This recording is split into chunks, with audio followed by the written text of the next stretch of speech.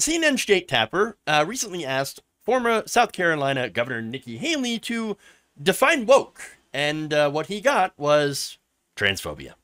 What does it mean to you? How do you define woke? There's a lot of things. I mean, you want to start with biological boys playing in girls' sports. That's one thing. The fact that we have gender pronoun classes in the military now. I mean, all of these things that are pushing what a small minority want on the majority of Americans, it's too much. My daughter ran track in high school. I don't even know how I would have that conversation with her. How are we supposed to get our girls used to the fact that biological boys are in their locker rooms? And then we wonder why a third of our teenage girls seriously contemplated suicide last year? Okay. Well then. First of all,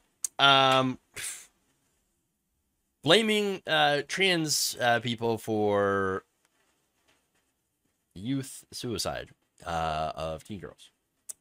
Wow. Wow. That's just lower than low. And hey, wow, Pride Month, right in the middle of Pride Month too. Okay, so I don't even know really where to start with this, except for how about we start with I don't know how I would explain to my daughter about trans people existing. Well, it's pretty simple. Hey, you see that woman over there? That's a woman. She's a trans woman. She's a woman. And she's competing in sports. Wow. Oh, wow. Ooh, wow. God damn. Whew. That was hard, wasn't it? Oh, it's very, very difficult. No, not difficult at all. But here's the thing, right? With all the, I mean, right-wing rage against trans people right now, especially trans girls in high school sports, you would think that it's more than, that's a huge issue, that there's, trans girls taking over, school sports all over the country. No, it's actually like less than 100.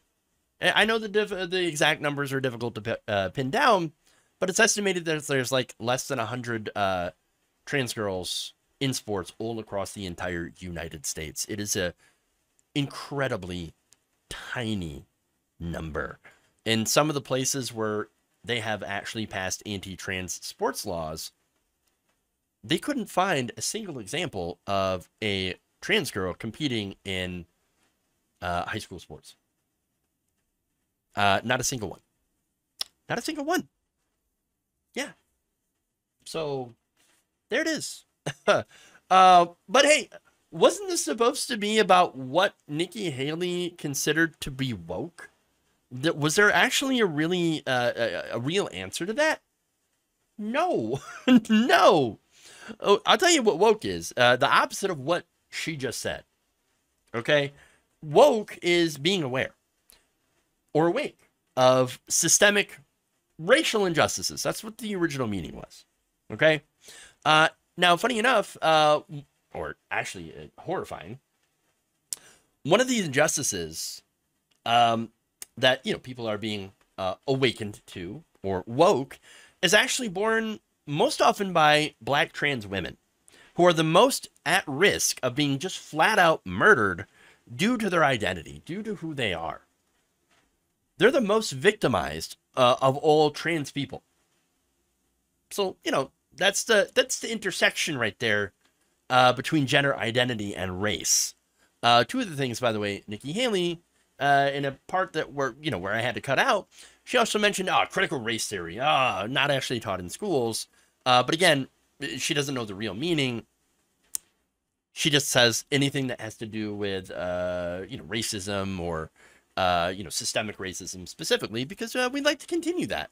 We'd like to continue this whole systemic racism thing because it's actually working for us because we're in charge of the system. But okay, now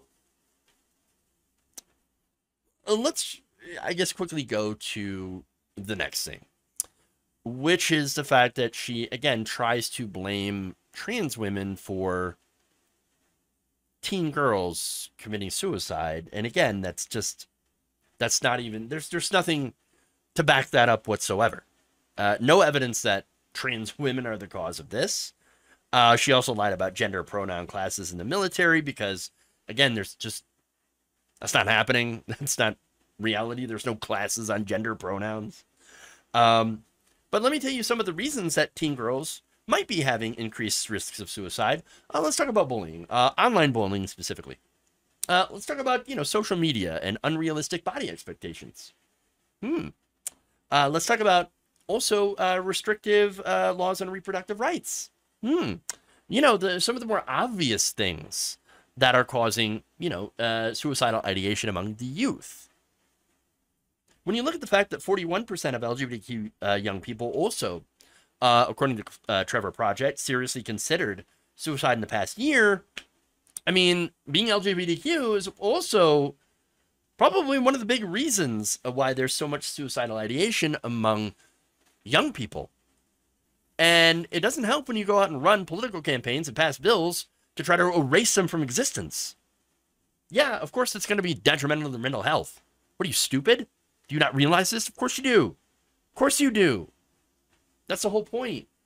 When people like Nikki Haley and other Republicans go out and other trans girls specifically, and you use these arguments to try to pit cis girls against trans girls, and basically use it as a distraction in order to, attain power, get power, or distract them from the fact that you're actually not doing anything to make anybody's lives better except for you and your donors. Yeah, that's going to cause a lot of mental anguish. It's going to cause a lot of problems here. What she's doing here, Nikki Haley, is just continuing to spread flat-out transphobia. She later on in that same video claimed that the trans conversation, it's all we're talking about. We're just talking about trans people. And I respect all people. It's just, you got to stop shoving it down our throats. No, this whole thing started because the right wing decided to go all in on attacking transgender people. That's it. And to start passing laws against them. Yeah, of course the conversation is going to be about that, because what we're doing is standing up for the civil rights of transgender people, and not just trans people, but also the entire LGBTQ community against these horrific attacks. Nobody talked about Dylan Mulvaney until the right wing fixated on her for having a beer can with her face on it that no one else could buy. They never cared about women's sports until it was discovered that sometimes a trans woman competes and sometimes they win and sometimes they don't win. I mean, I know I was reading about one cis high school student, and she was suing with the help of a conservative organization 2 trans girls that once beat her in a race. And then she beat the other 2 trans women in the race.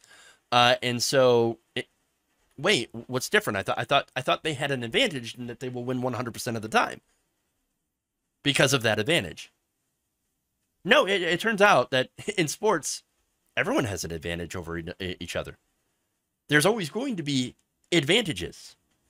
And the fact that trans women take, when they're on HRT, that nullifies some of the advantages that, could be considered to be insurmountable. When, you have HRT and you're on there for about at least 6 months, then you can start to participate in women's sports because of, again, what that, HRT does to the body, the hormone replacements. And so, but again, when it comes to athletics, everybody has advantages, everybody has disadvantages, and what it comes down to is skill and sometimes a lot of luck. This argument against him, though, against trans girls in sports, comes down to transphobia and a way to specifically other them to get people to fight each other, while the right wing actually takes away reproductive rights for cisgendered women and, of course, does nothing else but defend patriarchy, which actually hurts both men and women. Patriarchy hurts everyone except for those that are on the top. That's the reality of the situation. So now, Nikki Haley got a lot of pushback online. Georgetown professor of policy Don Moynihan said this, quote, This is really grotesque scaremongering. Research I've done suggests that such stigmatizing political rhetoric has mental health effects. Of course, Haley does not mention that trans teens have the highest suicide rates. 41%. Have considered it. Clinical psychologist here, writes Heather O'Byrne Kelly, PhD. Nikki Haley's suggestion that trans youth are responsible for girls' elevated suicide risk is disgusting. Let's also be clear that the suicide rate for trans youth is sky high. They need support, not blame from a politician seeking the presidency. And again, the reason that it's so high is because of society. Society pushing back against them, trying to deny them, personhood, essentially, agency over their own bodies and their own identities. Another person points out, I'm sorry, this is a Newsweek article, actually from April. And it quoted researcher and medical physicist Joanna Harper. Quote, while we don't know the exact number of trans women competing in NCAA sports, I wouldn't be very surprised if there were more than 100 of them in the women's category. 100 transgender athletes would comprise an incredibly small number of the U.S. population, and the number dwindles even further when it comes to middle school and high school athletes. Finally, NYU professor Scott Galloway also criticized Haley, saying this, quote, there is no data or study anywhere linking teen depression to the presence of trans kids. This mocks a serious issue and reinforces the GOP theme of demonizing our most vulnerable, which is the opposite of leadership. And then finally, Boston Globe opinion writer Renee Graham said there isn't a shred of evidence connecting suicidal ideation to teenage girls to being in close proximity to trans girls. None, an ugly, damnable lie, and exactly what one should expect from Nikki Haley. True,